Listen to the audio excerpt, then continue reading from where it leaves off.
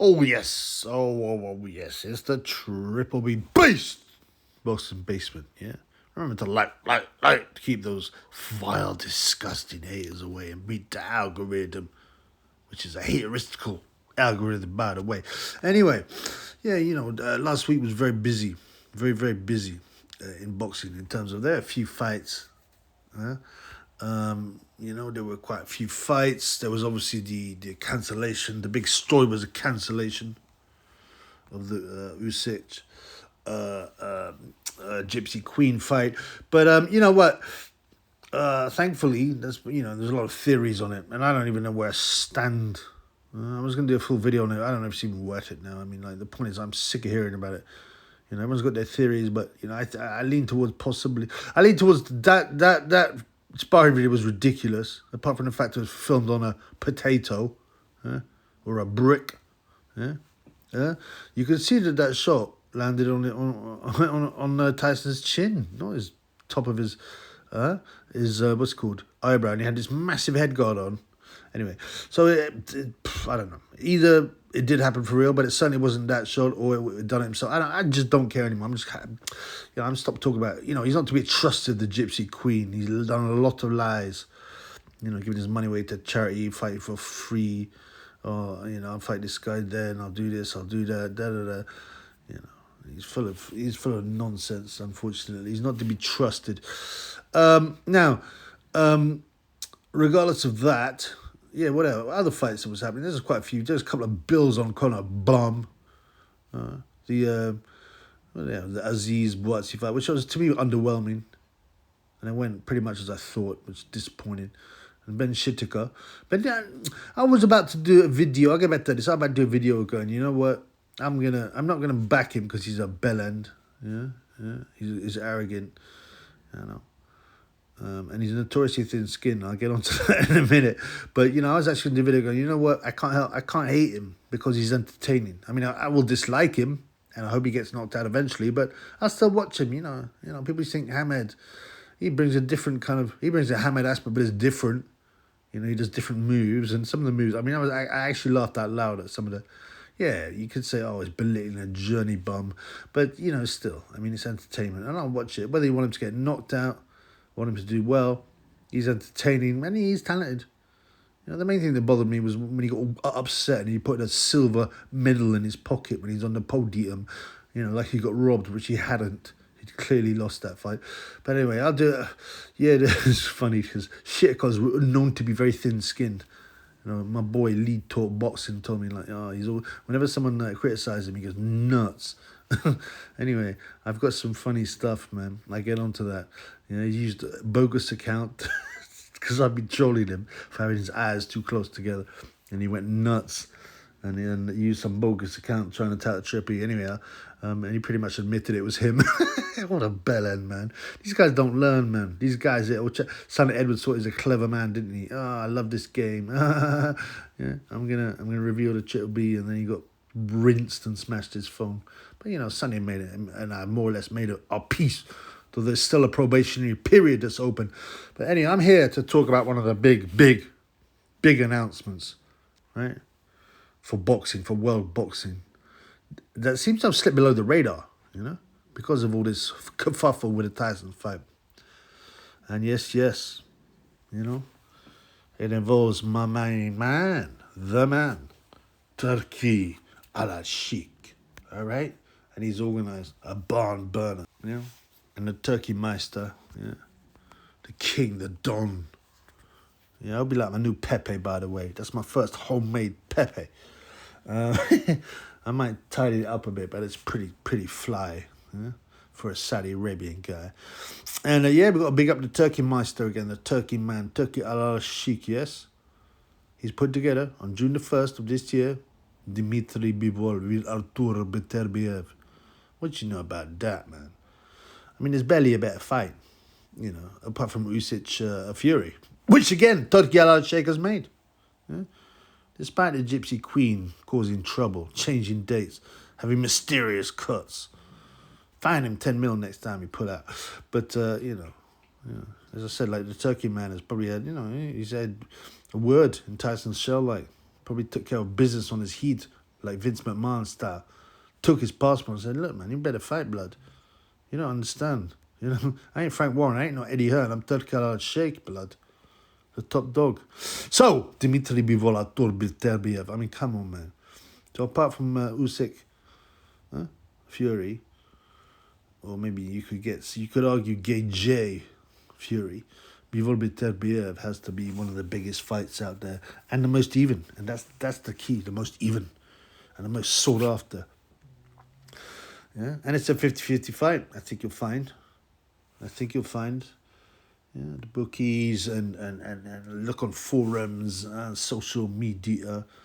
You know, people will take. I think slightly edge towards Bivol in these kind of fights, right? When you have a so-called slugger, although he's a lot more than that, but let me tell you that he ain't no wild slugger. He's very measured. He's got a great jab, distance, great defense. You know, it's when people start throwing shots at him, boom, he'll just step back, that half pace, or a foot back, put his gloves up, boom, take it on the gloves. People don't realize he's a great boxer as well.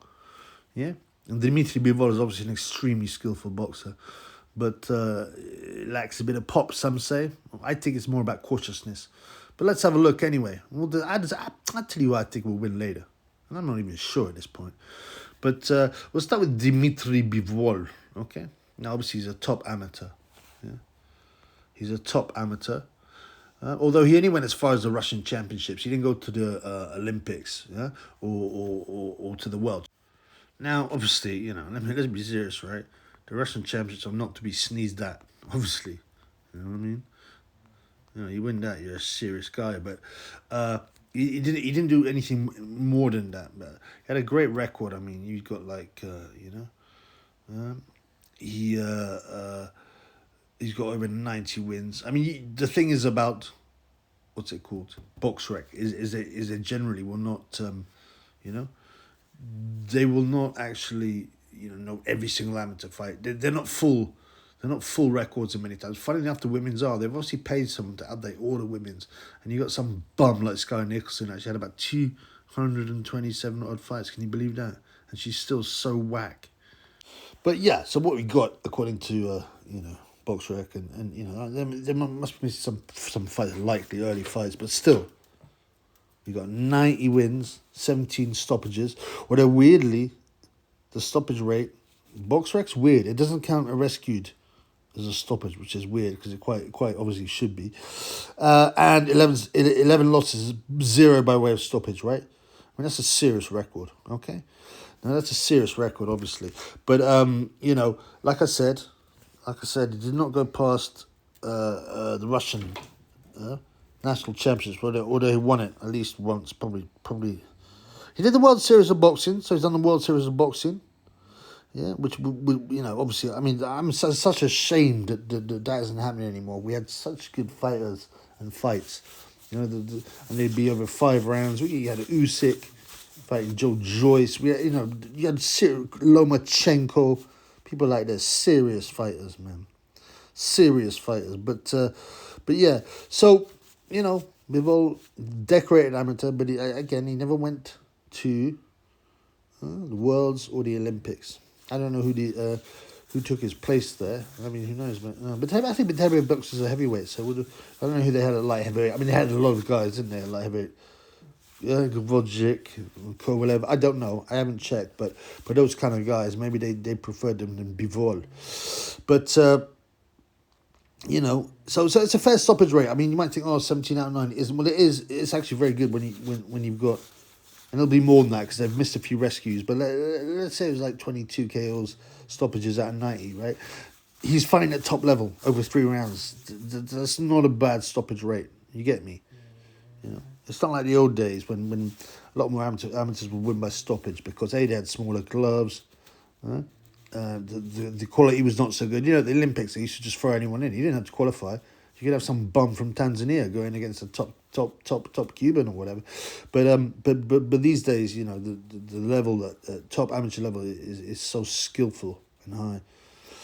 They're basically pros that fight 3 rounds. They're that good. So he can punch, but he's very, very careful. Bivol, he's very, very careful. The most cautious big name fighter.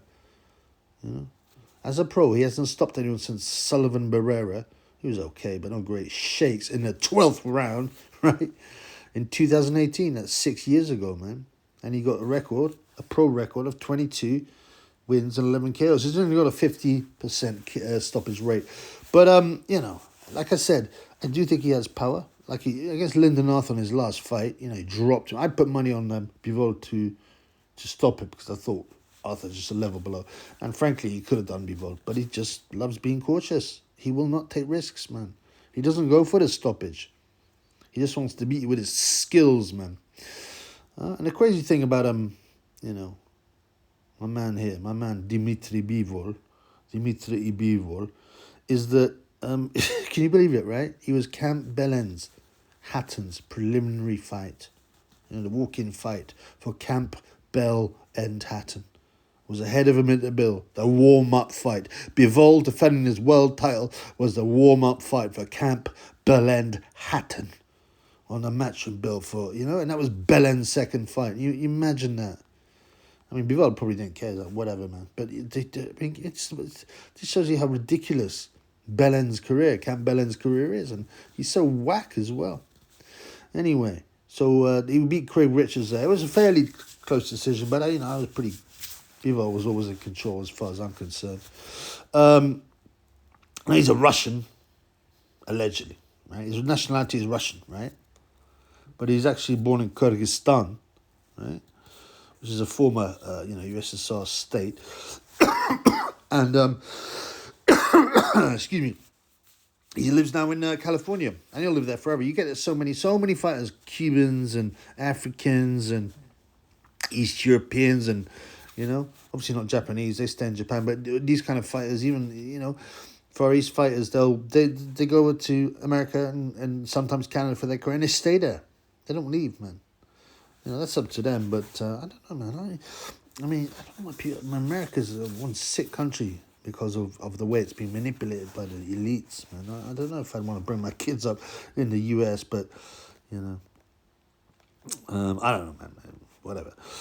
They base themselves there, obviously, so they can get in the big fights, and I guess they just get used to it and stay like the Big Bang Lei Zhang.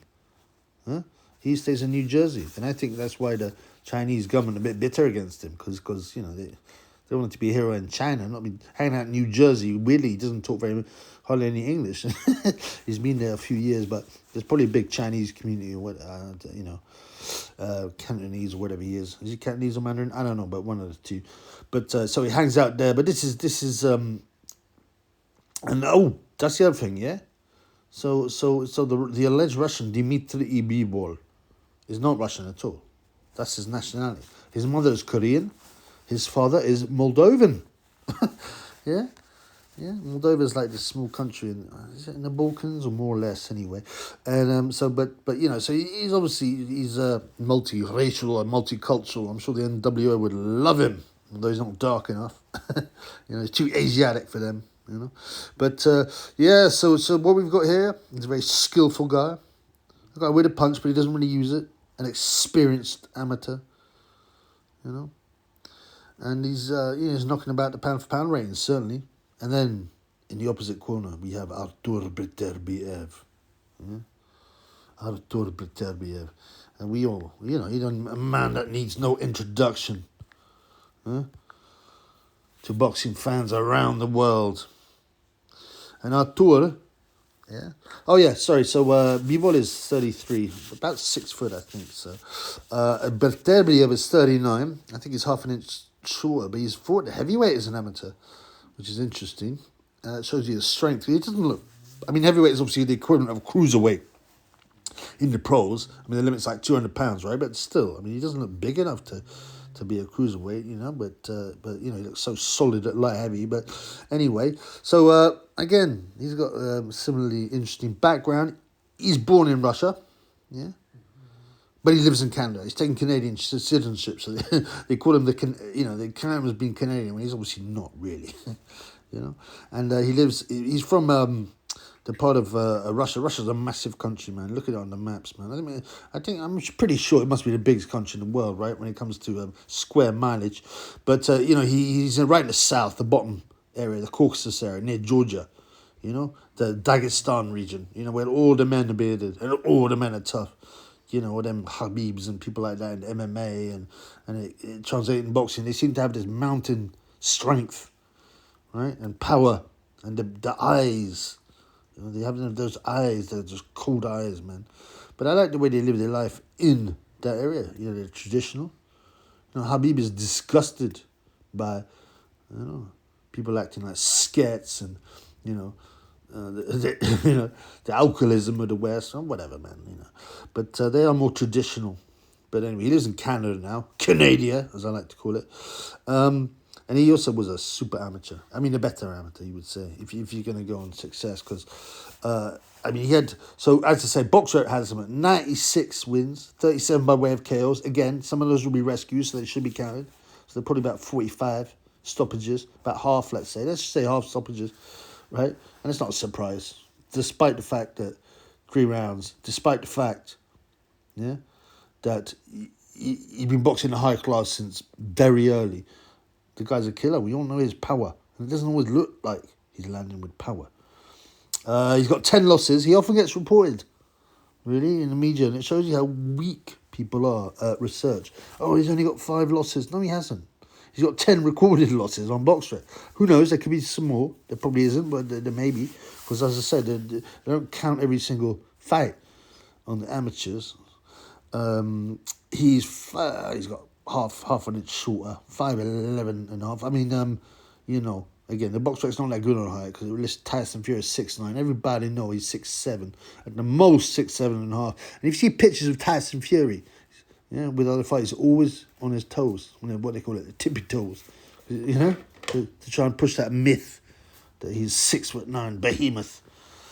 But yeah, but Beterbiev did fight at the top level as an amateur. Yeah, he done the Worlds, he done the Olympics.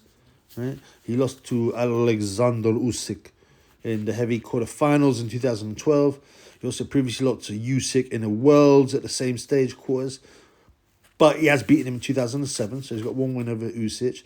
He fought all the top guys, right? And he beaten Kovalev, Sergei Kovalev. He stopped Juniel Dorticos from Cuba. I mean, come on, man. You don't often stop Cubans. I will say this at this point, though. You know what's weird? Check it out. You know Felix Savon, you know, the amazing heavyweight. He actually got stopped randomly, I think, by a North Korean in the first round. He got knocked out. I think you can find a video. I'll probably do a video on it myself, to be honest with you. But I was like, what? It's just one of those random things that happens. Apparently, Felix was battering him, and then he just caught him with a shot.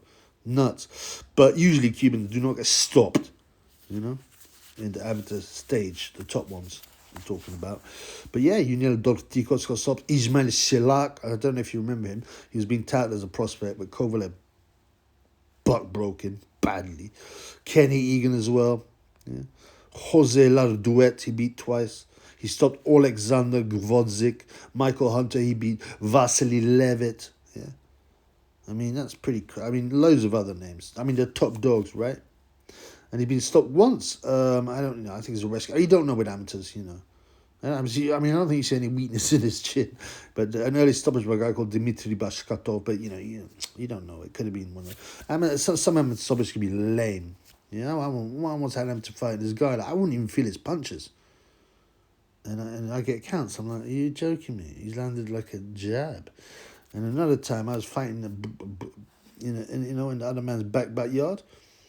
Yeah, I wasn't thinking. My mind was all over the place. Bang! He hit me in the first round. I dropped. Boop, straight up. And I was like, right, I'm going to hurt this idiot. I went for him, just throwing bombs. And afterwards he said, I've never been hit so hard. But he was blocking most of them. And I could hear the corner going, don't go back to your boxing. Go back to boxing. Stop it. But I was hurting him, right? Even though he was hitting him on the arms. And there was this weird thing when I was like going, right, I'm going to hit him with the uppercut because he's bending low. But at the last minute I changed the shot. And I threw it to a hook to the body, and it just hit his arm. And it's so easy to regret. If I'd thrown that uppercut, I'm sure it would have banged him. But what I'm saying is, so the corners are shouting, go back to your boxing. And I said, right, I'm just going to hold him, yeah, take a breath and start boxing. Right, so after I was bashing him up, and I just thought, I just held him, boop. I thought, right, obey your corner, go to your boxing. And then the ref comes up to me, gives me a count and points to the corner. I'm like, what are you joking, you crackhead? I mean, this is the guy's backyard. And afterwards, the guy got up to me and goes, oh, man, I never felt power. But, you know, I mean, so you can get those whack stoppages. You know, I don't know why I'm talking about my whack career. But, you know, whatever, man. You know, in amateurs, you get some stupid stoppages. So, you know, I wouldn't read anything into that, you know. But Beterbiev has proved to be solid. He did get dropped by Callum Johnson, which is kind of weird. But, you know, anyone can get hit by a perfect shot. You know, it's not like he wasn't like all over the place, was he? He got up and then took care of business a couple of rounds later. Yeah, and obviously we all know the pro record. 20 wins. 20 big wins by way of knockout. He KO'd Callum Smith. Callum didn't have a chance. I thought I got roped into the kind of, oh, he's tall, he's younger, he might get old, Beterbiev. But yeah, you know. I mean, I knew Beterbiev would win, but I thought, oh, he maybe got a chance. Joe Smith. You know, another guy that I liked, Joe Smith Jr., battered in 2 rounds. You know, he'd never been, actually, no, he had been stopped, but he was known to be a very tough guy, and I thought, oh, maybe they'll have a firefight. I think Beterbiev will win, but they'll have a firefight. Nope, just got battered. You know, shots that didn't seem that hard. They're dropping people. You know, it's a bit like, you remember Wayne Alexander, yeah? The British guy, light middleweight, you know? He'd touch you with the shots, or you see it, you look like he touched him, and people just collapse. It's just, some guys very rarely got that nuts power where they don't have to, you know, reach back to swing. They just go bop, and some guy drops. And Beterbiev is one of them guys, man. Stop Yard. People say, oh, yeah, it was a great fight. It wasn't bad. But at no point did I think Yard was going to win. Gvodchik is a pro. Gabriel Campillo. Tavoris Cloud. So, he been fighting quality guys as a pro and battering them. Obviously, he's stopped them all.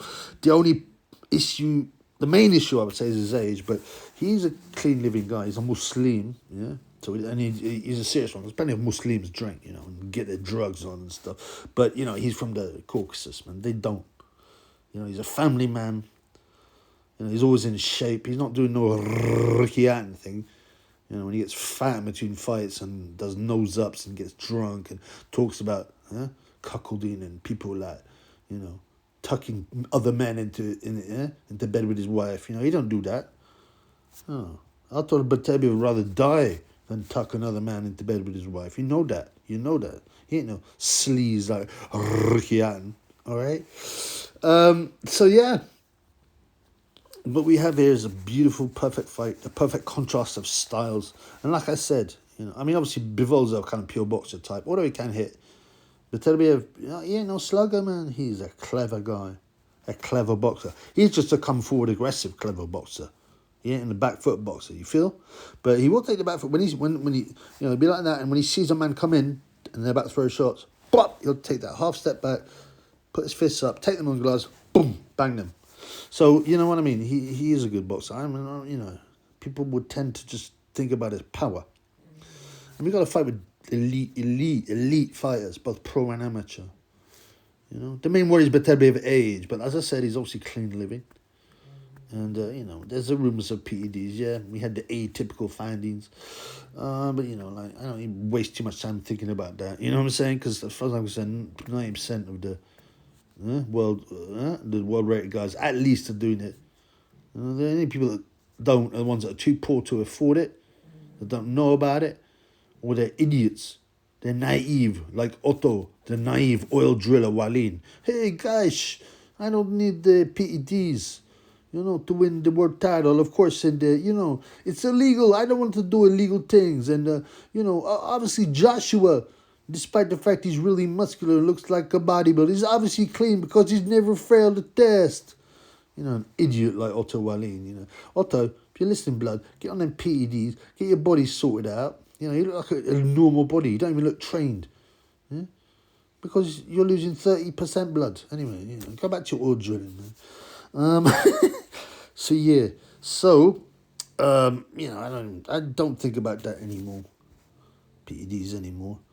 You know, you got alleged 2 Russian guys, although the reality is a lot more complex. You basically got a Dagestani who lives in Canada. He's a half Moldovan, half Korean, who lives in the United States, but you know, originally were Russian citizens. And the other thing is, there's not much else at light heavyweight. I mean, who else would there be to fight, man? There just ain't none. It's been cleaned out by them 2 guys. You know, Canelo dipped his toes in, and ridiculously, I think he was the favourite. I missed that. I'm annoyed I missed that bet. That was a clear, solid bet to have. Bivol on points. Very annoyed because retrospectively I was thinking about that. I said, this surely. But, I think I was a bit... you can get influenced by rubbish you read and videos you see and magazines and stuff. And there was the thing, I'm going, well, obviously they want Canelo to win because he's the big favourite. And I thought, are they going to rob Bivol? But whatever, he gave him such a lesson, they couldn't rob him. But, there's not much else there. I mean, who are they going to bring on? Buatsi? Come on, blood. Huh? Buatsi? Come on, man. He'd probably go distance with Bivol because he's too cautious, but Beterbiev would hunt and crack that guy in half, blood. In the early rounds, 4 rounds, I reckon. I'm hoping... it does annoy me a bit that Bivol is so cautious, but, And then, we've got to thank Turkey. Turkey's doing the business, blood, everywhere. He's the king of boxing. Let's hope it carries on. I'm worried it will just dry up when it served its purpose, but hope we'll get it for a few years at least, man. Hail to His Excellency Turkey al-Sheikh for getting together. Beterbiev vs Bivol. And what's going to happen? I'm not going to use my old excuse. I'll wait till the weigh-in because these guys are going to be in great shape. Like I said, I think it's people going like 60-40 Bivol because they, because of his age maybe, and because, generally they'll think a cautious boxer who's very skilled wins at the top level. But I don't know, man. I'm trying to envisage. Can I envisage Bivol getting stopped by Beterbiev? Bivol's, I don't believe he's been down, or at least certainly never been stopped in the amateurs or pros. But Beterbiev is a different kettle of fish, than Lyndon Arthur. I do think Bivol has probably fought a lesser standard of opponent, right? As a pro, well, as an amateur as well, but as a pro, because, think about it, look, Saul Alvarez was in a welterweight of origin, he's moved up a lot. And who else is there? Craig Richards, come on, blood. Umar Salam, he's all right. Gilberto Ramirez, Joe Smith Jr., he's a solid guy, but he was easily outpointed. Beterbiev smashed him to pieces. Jean Pascal passed it. Isaac Chilemba, never that great anyway. Sullivan Barrera. There are no standout names or standout performances on Bivol's ledger, right? Whereas Beterbiev has taken all his guys apart, and he has a slightly better quality of opponent, both as just edging it, right? But certainly as an amateur, but as a pro, or he's definitely taken him out in a more exciting way. Gvodchik is a very good fighter, was unbeaten at the time, KO'd in 10. Marcus Brown was a dangerous guy, KO'd him in 9. Joe Smith Jr. got battered in 2. Yard is a tough, gutsy guy. Yeah, he lost to Lyndon Arthur, but he had a bad night. I mean, he got, I don't buy this. Yard gave him a great fight. He did show guts, but he got battered. Callum Smith got taken to pieces. It's marginal, right? There just doesn't seem to be that many good light heavyweights during this period. But, to me, it's a 50-50 fight. You know about that? And you can't sit on the fence, right? Like I said, if you want to know who's going to win, imagine, or who you think is going to win, if your life was on the line, who would you bet? Oh, man, I don't know, blood. It's a flick of a coin. I mean, there's a part of me that goes, wow, but Beterbiev will be cautious and uses good boxing skills and great defense. Yeah? I'm trying to envisage. I think he would win more rounds. If it comes to a boxing match, he would win more rounds than Beterbiev, even though Beterbiev is a much better boxer than people realise. But, I could see him winning, 7 rounds to 5 on points, Bivol, that kind of thing. I would lean towards that. But I have to be honest with you. I like to see a KO. I like to see Artur break him down. Because I don't like cautious fighters. They annoy me. I pay my money. I'm giving them my time. I'm one of the guys ready to put his head on the chopping block. You feel me? You know, I ain't interested in gay weather. I never support a man who's such a pussy all as that. So yeah, I think I'm edging. Bivol to win by 7 rounds to 5. It's quite a precise prediction, but that's what I'm edging at. But I'm hoping, and I can't wait to watch the fight. I'm hoping for Beterbiev to break down Bivol, and if he does, it will be in the latter rounds, like 10 to 12. He will break. He will be getting to Bivol's body, and the power is going to be the difference. And he will break him down. If Beterbiev does win, I see him break him down between rounds 10 to 12. Anyway, great fight, and thank you to His Excellency Turki Alal Sheikh. Shukran.